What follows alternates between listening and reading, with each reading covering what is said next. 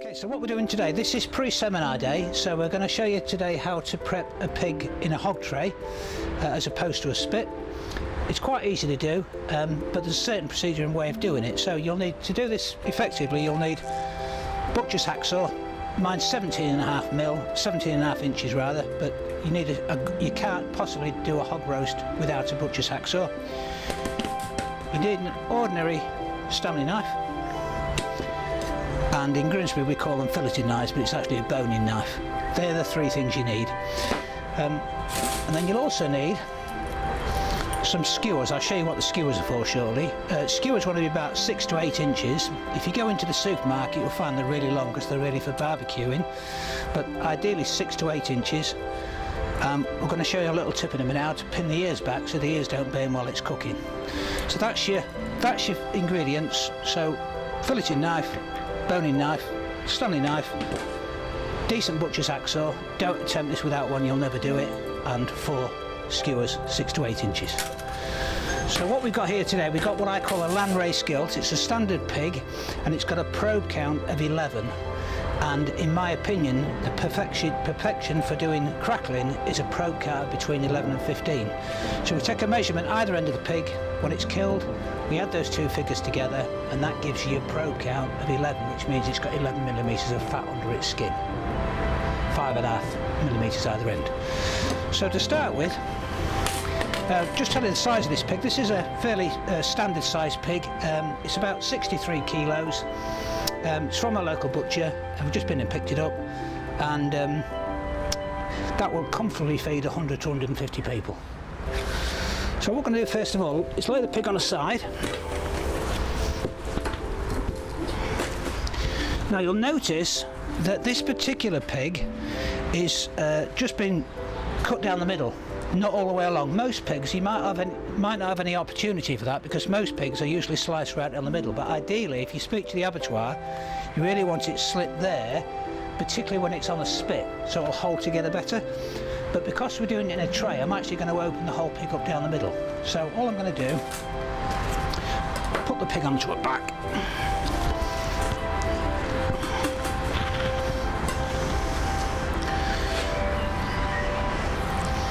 take your boning knife, go straight through there, and then go straight through to the end of the pig.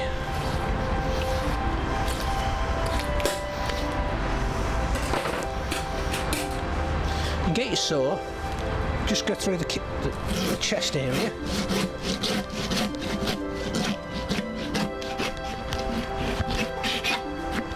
Like that. And crack her open.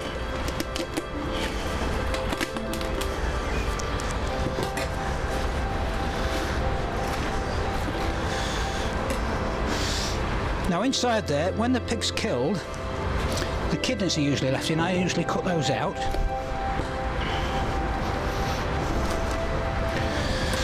Now inside there, I've got a butcher here today, so he'll probably tell me I'm doing it wrong, but I'll give it a good go. Inside there you've got your tenderloins. Now the tenderloins are called tenderloins because it's the only part of the pig, and during its lifetime it doesn't get any wear on the muscle, which is why it's tenderloin. It's like fillet steak. Now currently a pair of those from a butcher's, I'm guessing, would be 12 to 15 pound a pair. Yeah, we're far off. Yeah. About right? Yeah. Yep. Now on a spit, where the spit pole goes through, you can't get to them when you're carving because they're in the way, and that's the best part of the meat. So always take them out on a spit so you can get the pole in there, and usually keep them for yourself. But because it's seminar day, we've got 25 people arriving tomorrow, and this pig, as I say, will feed way over 100, so I'm going to keep those for myself. So I'm just going to take the tenderloins out. So run your knife alongside the spine, and what you don't want to do is waste any of that beautiful meat.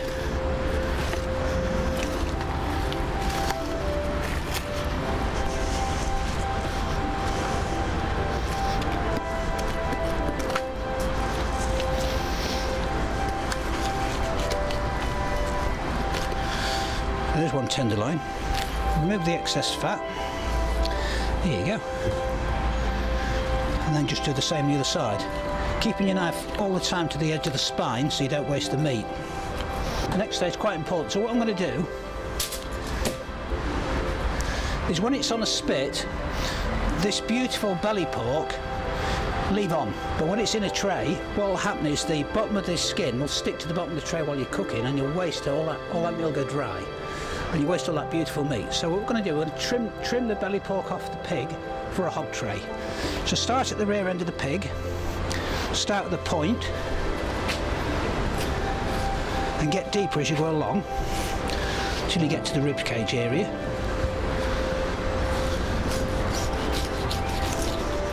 Then you let your ribs go through your ribs.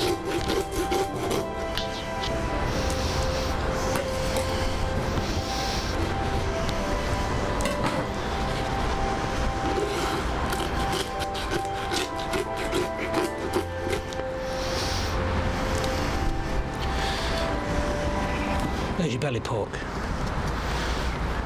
So I'm now going to repeat it on this side. Now if you didn't cut that off, you'd waste all that beautiful meat, and you'd get another probably dozen, 15, maybe 20 servings from that.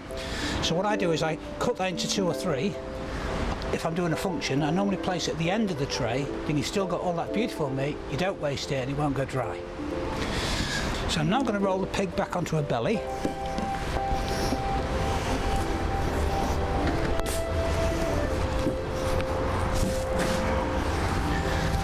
Okay.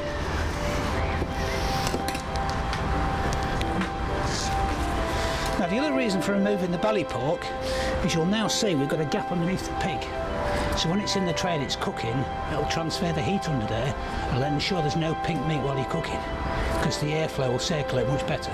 You might want to have a go at this if you like in a minute, if that's okay. You might want to come closer so you can see this bit, because this is quite important. Don't get in front of the camera. So I'm going to use a Stanley knife, full depth. Don't be frightened to go in really deep on the pig, yeah? So start across the line on the back, from the middle, and come all the way at an angle. Now your next line, you want ideally about 1 inch apart, and you want to keep it regimented to the first line, so you've got a nice pattern. You'll see why in a minute. So I'll put some lines there. Now just continue that all the way along. Do you like a go? Same, and try and keep the same angle all the way down if you can. That's it, perfect. And then just continue that all the way to the end of the pig. Don't be frightened to go in really deep here. You'll see why when we've cooked the pig.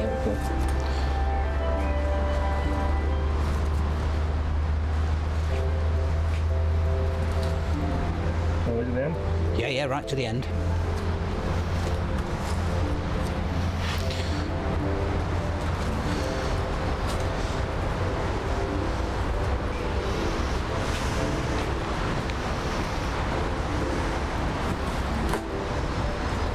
Want to have a look round here?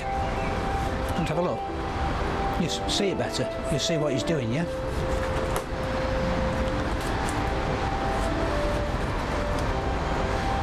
Most people just put a few lines on the pig when they're diamond scoring.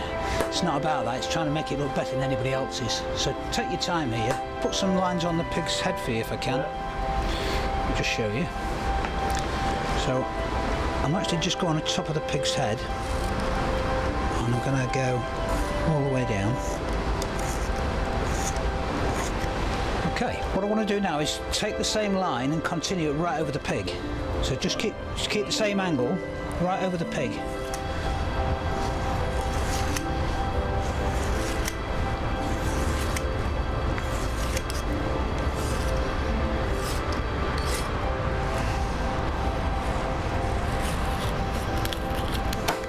Would you like to do that for me? Can't be doing it. It's much better than watching some videos of somebody else doing it.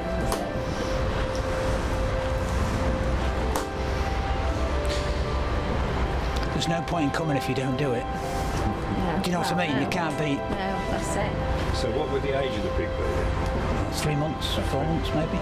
Really? So we've gone that way, we want that angle again, this side, yeah? So...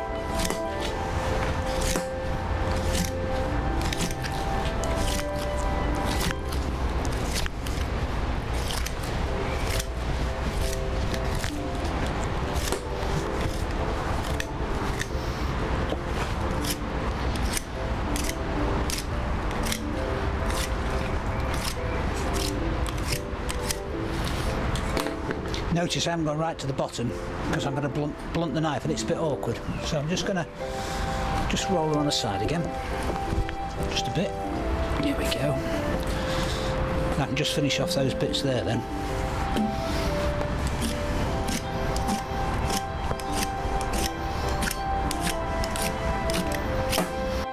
Right, so what we're going to do now, we're going to lift the pig.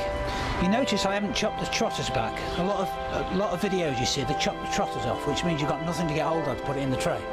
So always take the trotters off last. Gives you something to get hold of. So I'll take the heavy end. What's going to happen is, I'll just talk it through with you. We're going to move it to this way, to the edge of the stand, and then the belly will go like that, and it'll be a case of just simply placing it in the tray. Okay. Okay? Yeah. Use the strongest point for you. I think I cut through one of those. Oh, did you? I'm only joking. Okay, right. Here we go. Yeah.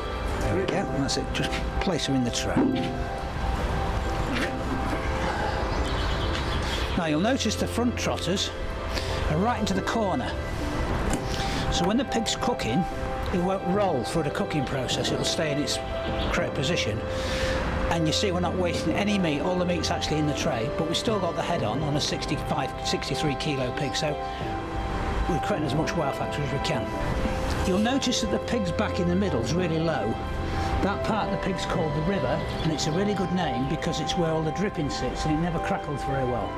And the reason it never crackles is because the pig's back's too low in the tray, the heat can't penetrate past the side, so we've got a trick for that one. So my colleague here, Derwin, I'm going to lift the pig up, and what I want you to do is place that bracket just in that area there, yeah? Yeah. Ready? Yeah. And lifting. And down. Now you see the difference? Yeah. It's right up in the tray. Yeah. It'll crackle beautifully. You'll get more yield off your pig.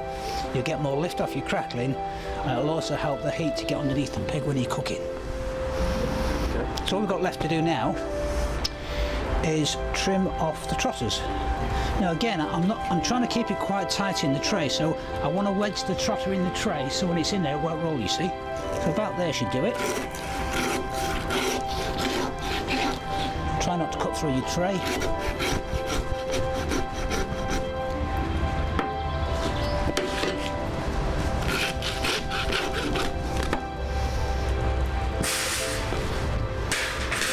That should then pop into that corner. Here you go. So that'll cook a treat now. You'll get more yield off your pig, more yield off your crackling, you'll get more lift, and it'll cook a lot more evenly. So one last trick.